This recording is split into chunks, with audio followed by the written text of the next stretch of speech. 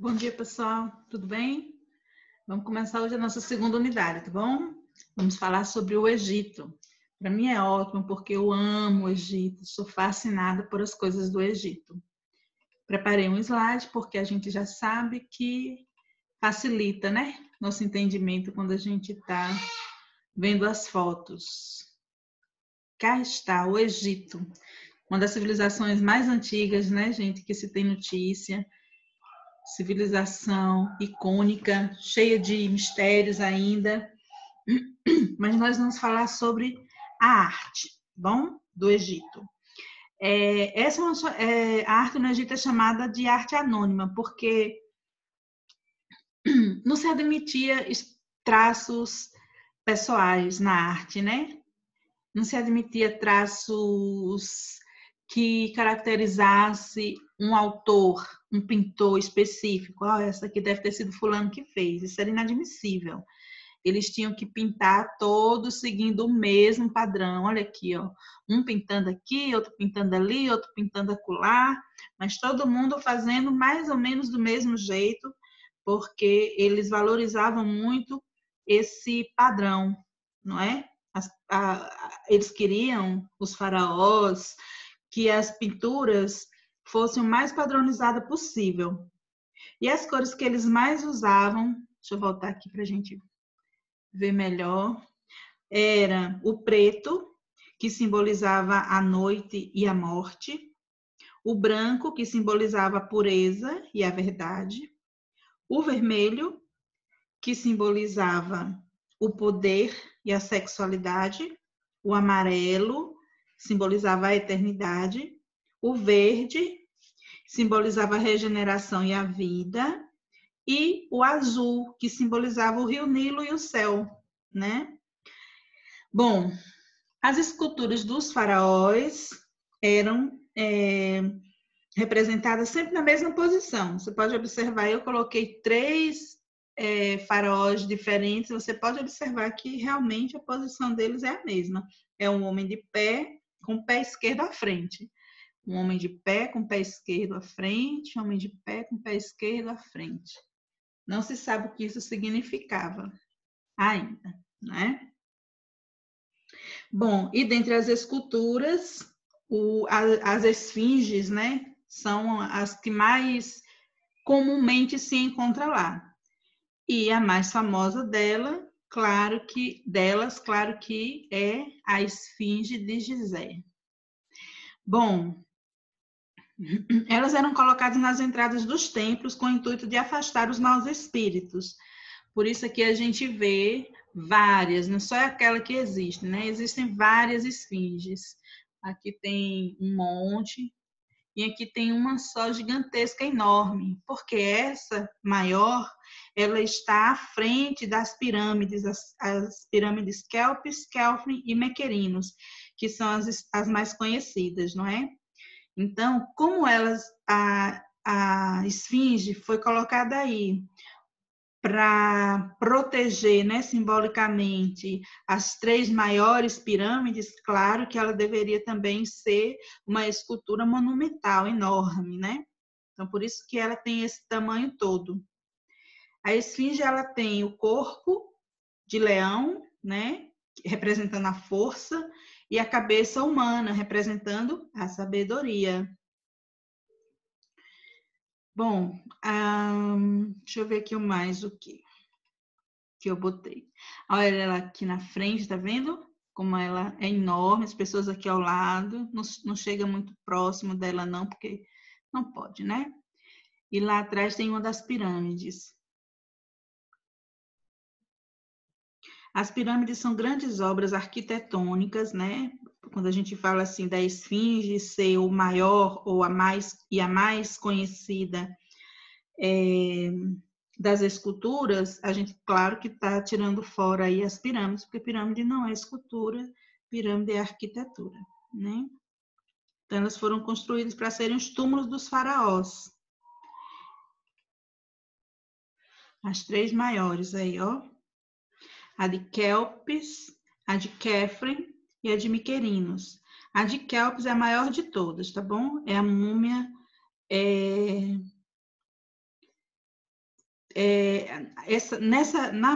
nessa maior, o faraó que deveria estar aí dentro, o corpo dele nunca foi encontrado, porque aí são túmulos, né? Ela tem 145 metros de altura, 230 metros de largura. O faraó que deveria estar aí dentro nunca foi encontrado. Então, não se sabe se é porque não localizaram de fato, né? Porque, claro que ela não está toda ainda, não é toda conhecida, ou se porque ele não chegou nem a ser sepultado aí dentro. Mas o fato é que o faraó Kelpis não foi encontrado. Bom, os egípcios, eles acreditavam que os seus faraós tinham uma ligação direta com os deuses, né? E que eles tinham vida eterna após a morte.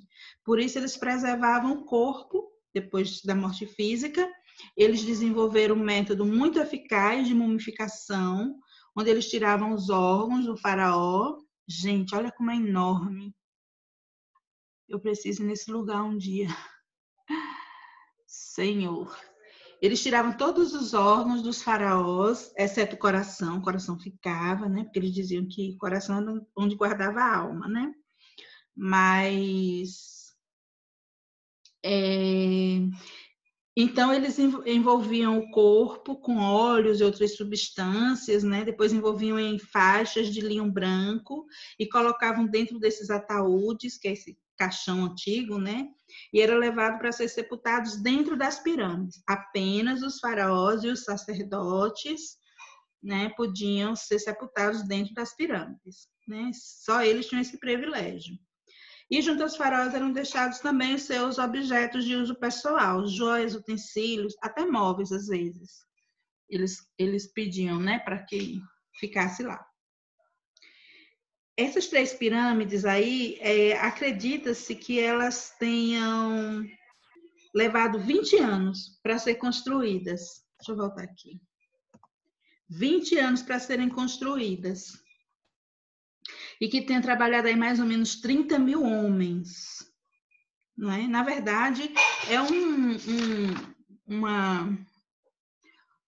mistério ainda a construção, né, dessas pirâmides, porque essas pedras que formam, que eles usaram para construir as pirâmides, elas não ficavam aí pertinho do deserto, elas ficavam longe. Aí tem pedras que as mais próximas ficavam a 800 quilômetros de distância, né? São 9 blocos que já vistos, já descobertos, que devem pesar mais ou menos 6 toneladas cada um. E eles ficavam a 800 quilômetros de distância. Uma boa parte do percurso podia ser feito pelo rio, né? Pelo rio Nilo. Mas e a outra parte? Como é que esse povo conseguiu levar até aí essas pedras e subir com elas? Por isso que algumas pessoas dizem que as pirâmides foram construídas por extraterrestres. Existe essa ideia aí, né? Essa conversa. E não são só essas 3 pirâmides não, viu, gente? Na verdade, já foram encontradas 123 pirâmides aí no Egito.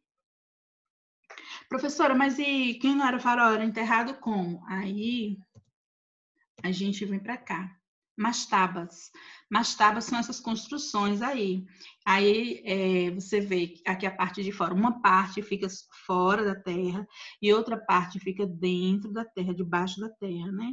Então, debaixo da terra é onde eles colocavam os mortos. Depois que eles construíam e faziam essas passagens aqui para acomodar o corpo aqui embaixo, aí eles enchiam isso aqui de pedra, tá vendo? Porque as pessoas costumavam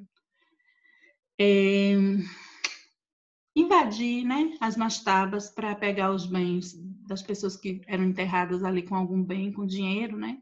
Então o pessoal costumava, por isso que eles desenvolveram essa técnica aqui para evitar os furtos, porque quando as pessoas saíssem, cadê as joias, cadê seus ouros, né? Então era enterrado com suas joias, com seus ouros, com seus pertences que ele mais gostava, né? Como eu falei, às vezes até móveis pediam para colocar, mas precisavam fechar para que o túmulo não fosse saqueado, né? Bom, que mais? Eu acho que eu coloquei aqui a imagem da primeira pirâmide construída. Botei sim. Essa aqui acham que é a primeira pirâmide construída. De todas as 123 que já localizaram, essa parece ser a mais antiga. Chama Pirâmide de Djoser. Ela tem 5 degraus longos. 1, 2, 3, 4. 5 degraus. Aqui é 1, 2, 3, 4. 5 degraus longos, né? Com cerca de 10 até 12 metros. A altura dela de mais ou menos 60 metros de altura. Então, comparado às 3 pirâmides que nós vimos, né? 145 metros, quer dizer que essa daqui é bem pequena, né? 60 metros, e mesmo assim é alto demais. Mas não se compara com a pirâmide de Quéops, que é a maior de todas. Gente, essa pirâmide de Quéops, ela é uma das 7 maravilhas do mundo antigo. Na próxima aula, nós vamos conversar um pouquinho sobre as 7 maravilhas do mundo antigo. Essas 7 maravilhas do mundo antigo, ela foi baseada... É um poema. Foi um poema que um grego, não lembro agora o nome do poeta, mas ele fez um poema falando sobre as 7 maravilhas do mundo, mas ali ele se referia às 7 maravilhas do mundo que ele conhecia, pelos lugares onde ele havia passado, né? Recentemente, sei lá, alguns anos atrás, né, agora no nosso tempo, Portugal fez uma votação para ser escolhida as novas 7 maravilhas do mundo, que o Cristo Redentor, inclusive, está dentre elas, né? Aqui do Brasil nós temos o Cristo representando, uma das 7 maravilhas. Mas das 7 maravilhas do mundo, da antiguidade, do mundo antigo, a pirâmide de Quéops é a única que ainda está de pé, entendeu? Então, ela não entra nessas 7 maravilhas do mundo moderno, não. Porque às vezes a gente vê as 7 maravilhas do mundo, gente, não colocaram pirâmide, botou o Cristo Redentor e botou a pirâmide de Quéops. E, na verdade, não são as 3, só é a de Quéops que faz parte, né? Que é a maior. Foi a primeira construída. Ela não faz parte porque ela está já na primeira lista das 7 maravilhas do mundo, entendeu? O que mais nós botamos?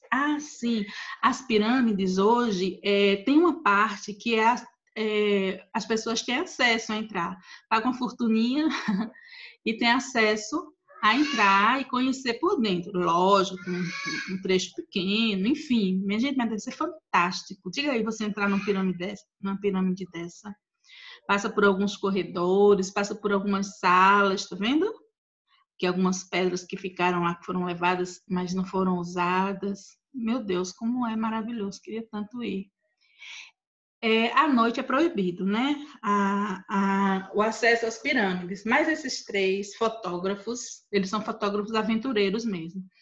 Esses 3 fotógrafos, eles conseguiram driblar a segurança, subiram, ficaram escondidos, e à noite eles tiraram uma série de fotos que foram premiadas, inclusive, porque pelo perigo, né, pela exposição e por serem únicas, né? Não tem foto de cima da pirâmide à noite desse jeito. Então, bem bacana essas fotos dele. Essa foto eu vi, eu era adolescente. Adolescente não, né, minha gente? Não faz tanto tempo, eu já tô velha. Mas eu era bem mais nova e guardei isso na lembrança. Eu estava preparando os slides para vocês, vou botar lá para os meninos verem, que fantástico.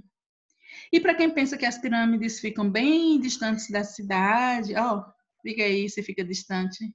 Claro, gente, tá no deserto? Pronto, tá no deserto sim, isso aqui é um deserto. E aqui era também um deserto, mas claro que a construção dessas pirâmides, a questão do turismo, né? A cidade avançou muito, então cá está as pirâmides no Cairo. O Cairo invadiu o deserto, então você não vai precisar andar muito, dormir em barraca para conhecer as pirâmides não, tá bom? Vai ser com tranquilidade, com todo conforto. Vai achar um hotel bonzinho, bem pertinho, para vocês curtirem as pirâmides do Egito. Bom, gente, semana que vem eu ainda vou trazer outro vídeo, conversando ainda um pouquinho sobre as pirâmides, tá bom? E na minha pesquisa, que eu fiz agora para separar algumas coisas para vocês, né? Porque o assunto pirâmides do Egito, misericórdia, não acaba.